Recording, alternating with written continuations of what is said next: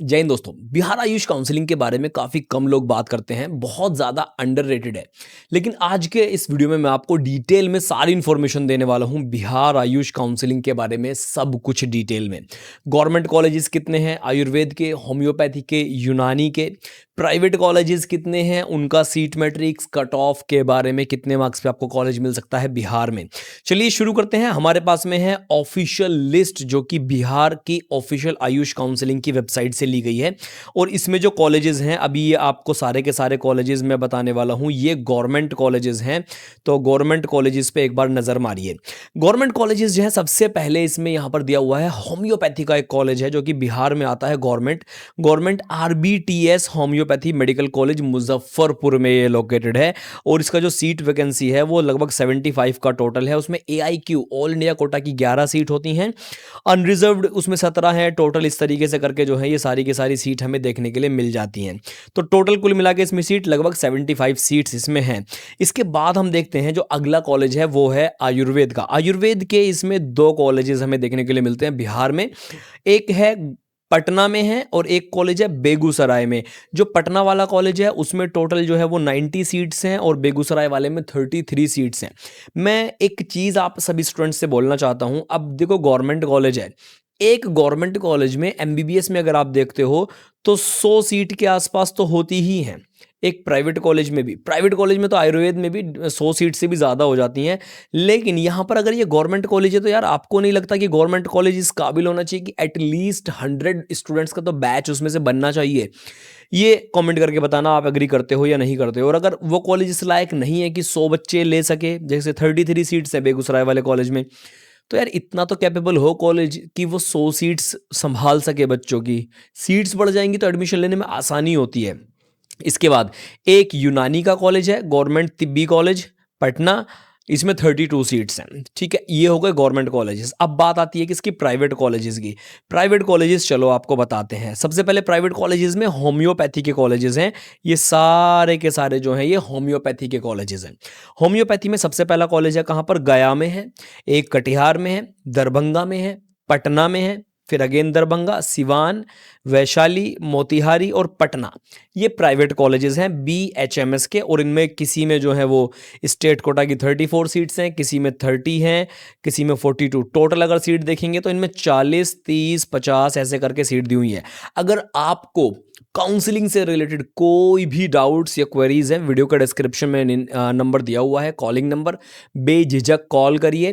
एक Google form भी होगा, उसे भर दोगे तो आपको कॉल बैक भी आ जाएगा। सारे डाउट्स आप अपने पूछ सकते हैं फ्री ऑफ कॉस्ट। ये प्राइवेट कॉलेजेस हो गए। अब प्राइवेट कॉलेजेस देखते हैं यूनानी के। अभी मैं आयुर्वेद के भी बताऊंगा। ये यूनानी के प्राइवेट कॉलेजेस आपको बता दूं, गया में है, दरभंगा, सिवान और कहाँ है, ईस्ट चंपारण में एक कॉलेज लोकेटेड है यूनानी का। अगर हम टोटल सीट्स की बात करें, यहाँ पर ये सारी सीट्स इनकी बताई हुई हैं, सीट इनका स्ट्रक्चर जितना भी है।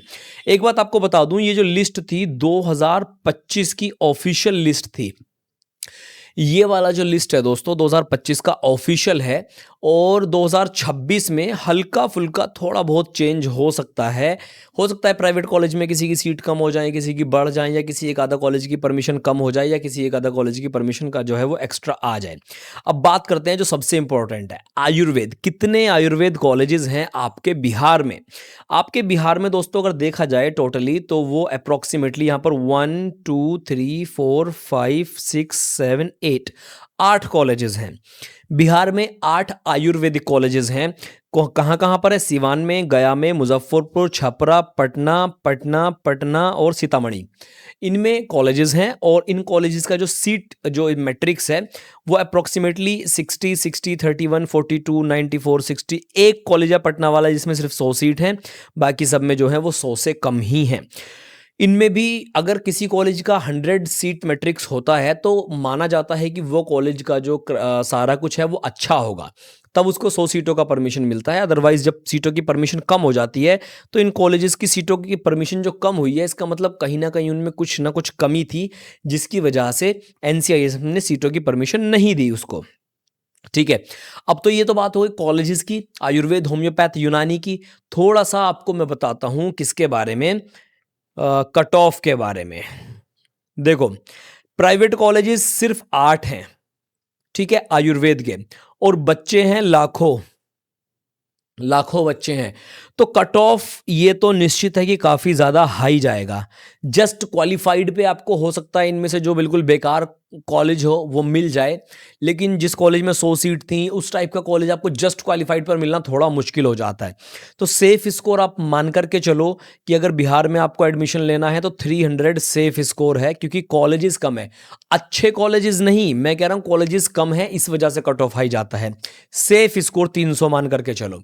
अगर आपके जस्ट क्वालिफाइड हैं या आप अपने सिर्फ कैटेगरी में क्वालिफाई करते हैं, ओबीसी में, एससी में या एसटी में, आपको एक तरीका बताता हूं। आप अपना सेंट्रल वाला, जो सेंट्रल लिस्ट वाला सर्टिफिकेट होता है, आप वो बनवाओ, और ये बनवाने के बाद आप किस में पार्टिसिपेट करो, उत्तर प्रदेश के काउंसलिंग में पार्टिसिपेट करो। शुरू के जो 2 राउंड होते हैं उनमें आप अपने स्टेट कैटेगरी के हिसाब से पार्टिसिपेट कर सकते हो। अगर आप जनरल में क्वालिफाइड नहीं हो तब भी उत्तर प्रदेश में 2 राउंड जो होते हैं स्टार्टिंग के, अगर आप जनरल मार्क्स में क्वालिफाई नहीं कर रहे, दूसरे स्टेट से हो, तब भी आप अपने कैटेगरी के हिसाब से पार्टिसिपेट कर सकते हो। बस आपके पास में सेंट्रल लिस्ट वाला क्या होना चाहिए, कैटेगरी सर्टिफिकेट होना चाहिए।